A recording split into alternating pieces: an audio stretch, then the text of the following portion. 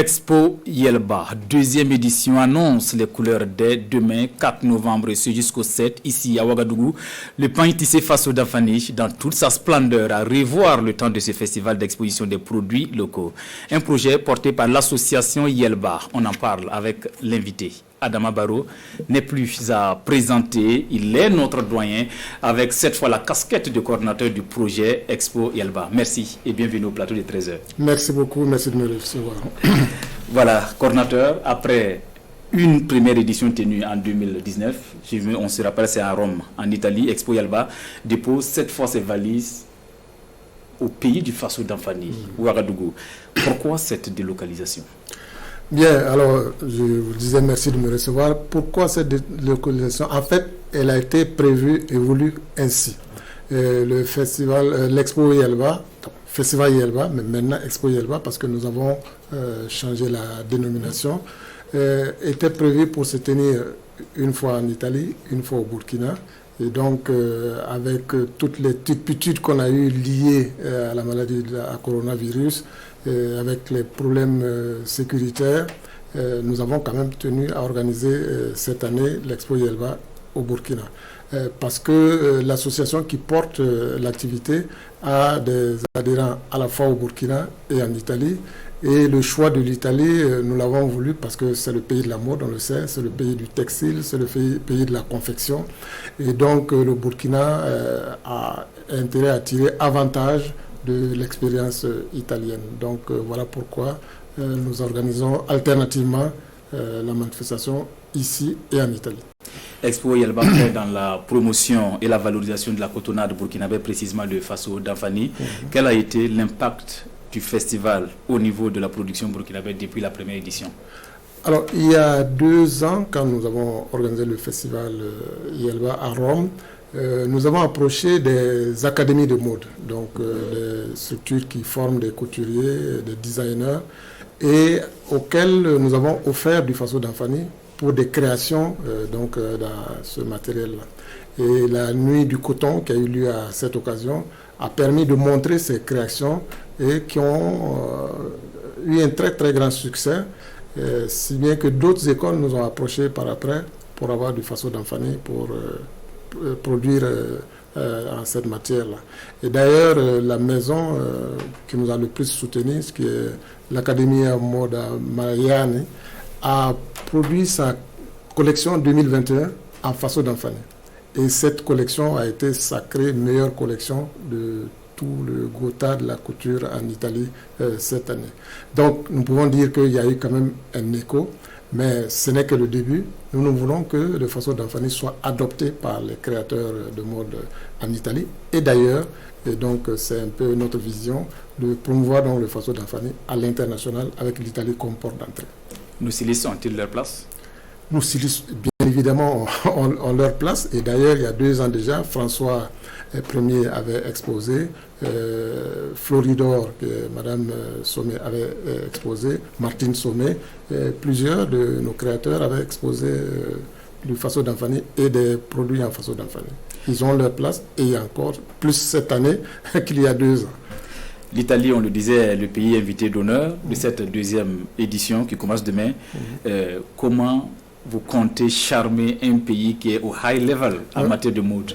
Mais je pense que le charme est déjà là, parce que comme je vous disais tantôt, de grandes maisons de couture ont adopté le Faso Dafani et produisent déjà en Faso Dafani. Et il y aura des œuvres de création en Faso Dafani qui seront exposées à la nuit de la quenouille.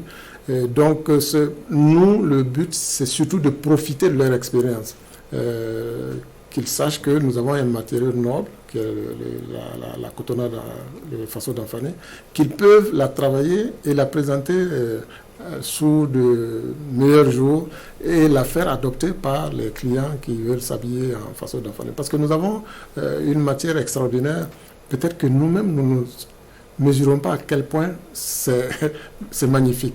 Donc si d'autres que nous l'adoptent, nous allons encore plus davantage l'adopter et les autres avec nous. Nous sommes à jour J-1 de l'événement. On imagine que tout est fin prêt. Que nous propose Expo Yelba édition 2021? Alors, Expo Yelva 2021 propose, il y aura une cérémonie officielle d'ouverture. Je dois signaler que le chef de l'État a accepté que la manifestation soit placée sous son très haut patronage. Le ministère chargé des Affaires étrangères a accepté de co-organiser Expo Yelva avec l'association Yelva. Le PDG, enfin le président du groupe Coris, Idrissa Nassa, en est le coparrain. Et donc, il y aura une cérémonie officielle d'ouverture demain matin.